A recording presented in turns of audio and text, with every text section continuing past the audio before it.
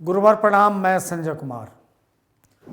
थोड़ा सा ये 20 क्वेश्चंस जो टॉप 20 क्वेश्चंस हैं उसके शेड्यूल को बदला जा रहा है, क्योंकि आपके लिए और बहुत सारे लोगों का सजेशन आया कि गुरुदेव केवल क्वेश्चन पढ़ा देने से मामला नहीं बनेगा, थोड़ा सा और विस्तार से पढ़ाए। तो स्ट्रेट फॉरवर्ड क्लासेस ने एक बहुत ही ऐतिहासिक फैसला लिया है इस नव वर्ष के अवसर पे कि बहाना तो केवी के पीआरटी, पीजीटी, टीजीटी एग्ज़ाम का है, लेकिन देश के अंदर जैसे बिहार में भी प्रधान शिक्षक का एग्ज़ाम है, झारखंड में किसी के लिए भी जो पेडागॉगी का एक सामान्य सा जो टॉपिक है उस सब पे विस्तार से हम लोगों ने तय किया है कि फ्री क्लास करूँगा और उसी के हिसाब से क्वेश्चंस देता चला जाऊँगा। तो मेरे भी मेहनत कम होंगे और आपको भी टू द पॉइंट आप आ जाएंगे, लेकिन फिर भी जो रिवीजन कर रहे हैं उनको मैं आश्वासन देना चाहता हूं कि ये भी सीरीज चलता रहेगा, लेकिन अब ये सीरीज सप्ताह में एक दिन चलेगा और वो दिन सैटरडे होगा, क्योंकि और चीज़ें मंडे से फ्राइडे तक चलेंगी। ये या तो सैटरडे या संडे को आया करेगा और आप इसको देखते रहेंगे।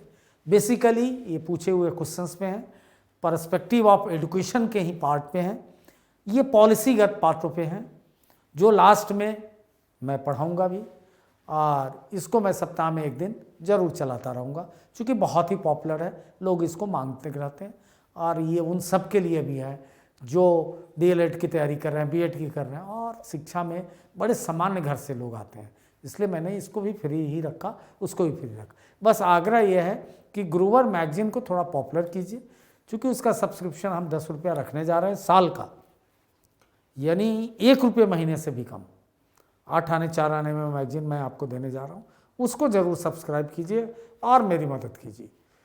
और चैनल तो सब्सक्राइब कर ही रखा होगा, नहीं कर रखा है तो कीजिए और लाइक का बटन दबाइए, कुछ कमेंट भी लिखिए। चलते हैं। कौन सा एनसीएफ नेशनल करिकुलम फ्रेमवर्क राष्ट्रीय शिक्षा पाठ्यचर्या 2005 का एक दिशा निर्देशन सिद्धांत नहीं है, उसके डायरेक्टिव थ्योरीज इनमें से कौन नहीं है? इन ऑप्शनों में से क्या वो कहा है और क्या नहीं कहा है, ऐसे समझिए। तो ज्ञान को विद्यालय से बाहर के जीवन से जोड़ना, बिल्कुल उसने कहा है कि नॉलेज कन्फाइंड नहीं होना चाहिए, विद इन बाउंड्री नहीं, outside boundary also is knowledge residing. वहाँ भी ज्ञान सोया हुआ नहीं है, रह रहा है। वहाँ भी देखिए मक्के की फसल कैसे होते हैं, आज गन्ना क्या है, टमाटर क्या है और मटर क्या है, लोगों का जीवन क्या है, ठंड में कैसे जीवन जी रहे हैं, तो उसको भी समझना होगा। जो नई शिक्षा नीति 2020 भी कहती है दोहराव शिक्षण से अलग हटना, यानी रिपीटेटिव एजुकेशन नहीं चलेगा। ये भी कहता है विद्यार्थियों में अंकगणितीय सक्षमता बढ़ाना, रुक गया मैं, चूँकि कोई ज़रूरी नहीं कि अंकगणित ही बढ़ाना, गणित बढ़ाना या न्यूमेरिकल एबिलिटी बढ़ाना, अंकगणित एक गणित का हिस्सा है। तो ये क्वेश्चन आंसर ही देखने से लग गया ये गड़बड़ झाला है, लेकिन अंतिम वाले को देखते हैं। लोचदार परीक्षा प्रणाली, फ्लेक्सिबल एग्जामिनेशन सिस्टम, तो 3 नंबर गए 3 नंबर में। अपने यहाँ कहावत है कि 3 नंबर गए 3 नंबर में, मतलब 3 नंबर की को हम गलत आंसर मानेंगे और 3 नंबर वैसे भी अच्छा नहीं माना जाता है, तो ये सिद्धांत नहीं है। अब चलते हैं नेक्स्ट। किंडरगार्टन शब्द का क्या अर्थ होता है? तो बच्चों का गार्डन, रुकता हूं मैं, बच्चों का घर, इसको आंख मूंद करके आप काट दीजिए। बच्चों का स्कूल, इस पे भी रुकता हूं मैं। बच्चों के खेल का मैदान। अब देखिए कि बड़ा नज़दीकी मामला है, त्रिकोणीय फाइट इसी को कहते हैं कि ट्रायंगुलर, त्रिभुजाकार, बच्चों का गार्डन। अब ये इंग्लिश हिंदी का ट्रांसलेशन का भी खेल है। गार्डन तो मैदान ही होता है और बच्चों का खेल का मैदान, तो ये दोनों ऑप्शन एक ही है, तो दोनों कट गया। इसको हम सही उत्तर नहीं मानेंगे।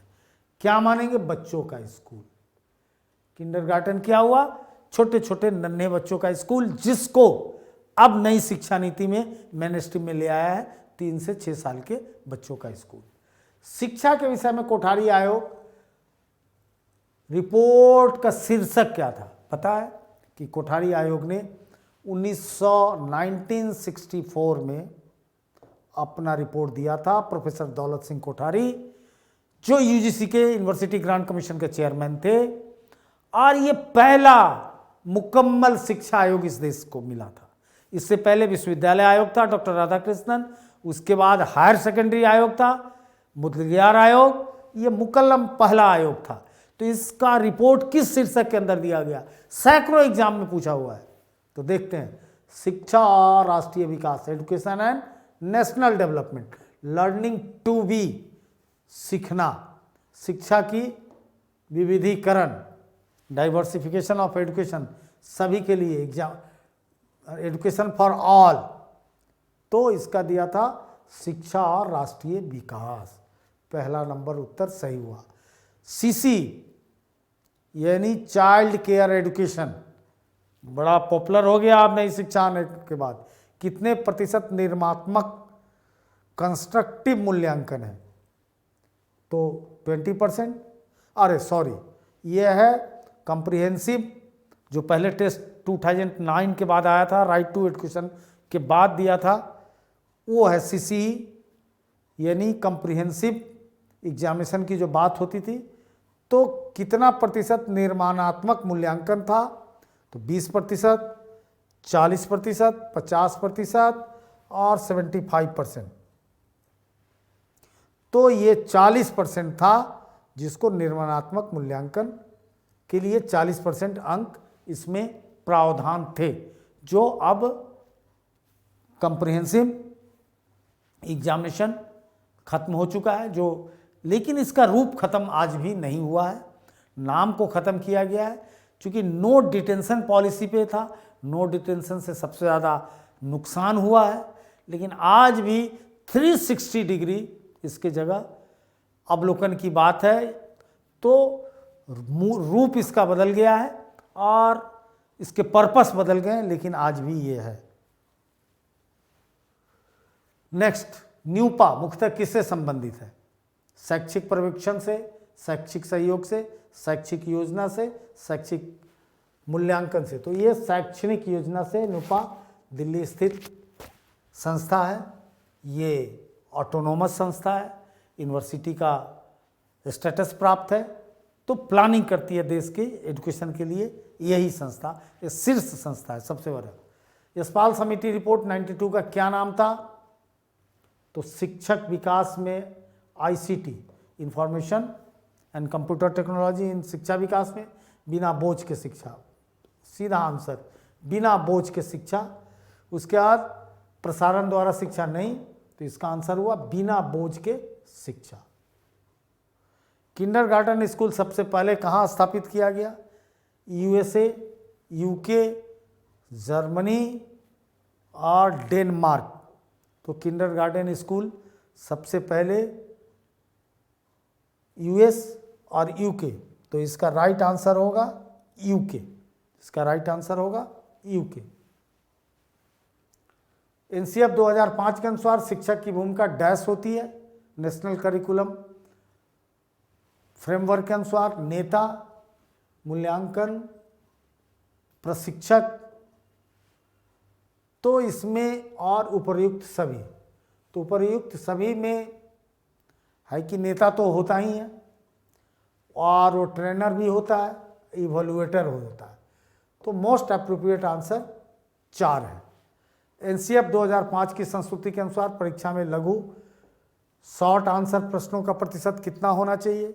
5 से 10%, 25 से 40%, 70 से 80%, उपयुक्त सभी नहीं। इसमें 5 से 10% क्या होना चाहिए? ऑब्जेक्टिव एमसीक्यू, और 25 से 40% लघु उत्तरीय। तो 2 नंबर आंसर इसका सही हुआ। नवोदय विद्यालय को स्थापित करने का क्या उद्देश्य था? एक एक्स्ट्रा की नई शिक्षा नीति 1986 के द्वारा नवोदय विद्यालय की स्थापना हुई, और इसका उद्देश्य क्या था? तो सार्वभौमिक साक्षरता को बढ़ाना, ग्रामीण क्षेत्रों में अच्छी शिक्षा उपलब्ध कराना, ग्रामीण युवाओं में स्कूल छोड़ने की दर कम करना, ग्रामीण क्षेत्रों में विद्यालयों की संख्या बढ़ाना। नहीं, इसमें जो मेन था कि रूरल इंडिया के टैलेंट को, इस ऑप्शन में ऑप्शन नंबर 2 होगा कि अच्छी शिक्षा उपलब्ध कराना, जिसमें ये विद्यालय 100% सफल रहा। और थैंक्स उस शिक्षा नीति का कि इस शिक्षा नीति ने जो लक्ष्य किया था, गांव के लोगों का कल्याण हुआ। एनसीएफ 2005 मुख्यतः किस पे आधारित है? व्यवहारवाद, संज्ञात्मकता, संरचनात्मकता, मानवतावाद। तो मूलतः व्यवहारिज्म पे है, व्यवहारवाद पे है। इसका आंसर हुआ 1। मुक्त विश्वविद्यालय शिक्षा के रूप में अंतर्गत आएगा, किसमें आएगा? औपचारिक, गैर औपचारिक, अनौपचारिक, उपरोक्त में से कोई नहीं। तो औपचारिक, फॉर्मल, नॉन फॉर्मल और अनौपचारिक। तो अगर ये तीनों में चुनना होगा तो अनौपचारिक, एक तरह से चूंकि अंग्रेजी ट्रांसलेशन से थोड़ा सा अंतर हो जाता है, लेकिन ये आएगा अनौपचारिक शिक्षा में। शिक्षा पर किस राष्ट्रीय नीति की मंशा 21वीं सदी के लिए भारत को तैयार करने की है? 21वीं सदी के लिए भारत को तैयार करने के लिए तो सबसे लेटेस्ट जो था वो चिल्ला रहा था वो शिक्षा नीति। अब 21वीं सदी आ गई है तो बदली है। तो एनपीए 1986 था कि 21वीं सदी का भारत तैयार करना है। चूँकि इसके बाद मात्र 24 साल बाद 21वीं सदी आहट दे रही थी, तो उसको करने के लिए असम में प्रथम अनिवार्य प्राथमिक शिक्षा अधिनियम किस वर्ष पारित किया गया था? 1926, 1938, 1946, 1958। तो 1926 में ही वहाँ शिक्षा अनिवार्य किया गया था। अनुशासनात्मक संदर्भ में का प्रबंधन तकनीक से संदर्भित किया जाता है?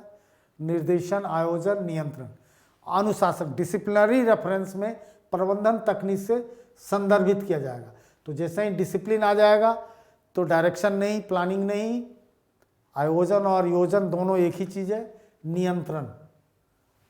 पाठ्यक्रम विकास के लिए राष्ट्रीय पाठ्यक्रम ढांचा 2005 द्वारा संशोधित दिशा निर्देश सिद्धांत में कौन सा एक नहीं है? विद्यालय के बाहर के जीवन को ज्ञान से जोड़ना बिल्कुल है। एक सुनिश्चित करना कि अध्ययन रटने के बिल्कुल है। पाठ्यक्रम में बालक के सर्वांगीण विकास के लिए समृद्ध करना। परीक्षा को कक्षा जीवन में कम नियम और एकीकृत बनाना। तो इसका भी 3 नंबर कि बालक के सर्वांगीण विकास को, हॉलिस्टिक डेवलपमेंट को आगे बढ़ाना। भावनाएं प्रभावी रूप से के माध्यम से अभिव्यक्त होती है। किसके माध्यम से ज़्यादा भावनाएं होती हैं? संगीत, ग्राफिक कला, लेखन और कठपुतली। तो सबसे ज़्यादा किस में करते हैं? संगीत में भी भावनाएं एक्सप्रेस होती है, लेकिन इसको कहा जाता है कि वन साइडेड एक्सप्रेशन है इसमें। ग्राफिक कला और लेखन में क्या अंतर है कि लेखन को बहुत, इसके 2 रूप बन जाएंगे, गद्य और पद। इसको समझना थोड़ा मुश्किल है। लेकिन ग्राफिक्स क्या है? एक पेंटिंग में भी आ जाएगा। Different kinds, bridge chart, pie chart, बहुत कुछ ढंग से इसको हम बता सकते हैं। तो सारे चित्रात्मक शैली जितनी होगी वो ग्राफिक्स कला के हवाले जाएगी। तो भाव चित्रात्मक शैली में किया जाएगा, इसलिए इसका आंसर 2 होगा। शैक्षिक सुधारकों की सफलता में योगदान देने वाले मुख्य पक्ष सबसे पहले सभी स्थानीय समुदायों के हैं। निम्न में कौन सा स्थानीय समुदाय का हिस्सा नहीं है? माता पिता बिल्कुल हैं, शिक्षक बिल्कुल हैं, सरकार स्थानीय समुदाय नहीं है, स्कूल प्रमुख, आपके प्रिंसिपल, हेडमास्टर बिल्कुल हैं। तो सरकार इसमें खारिज हो जाएगा।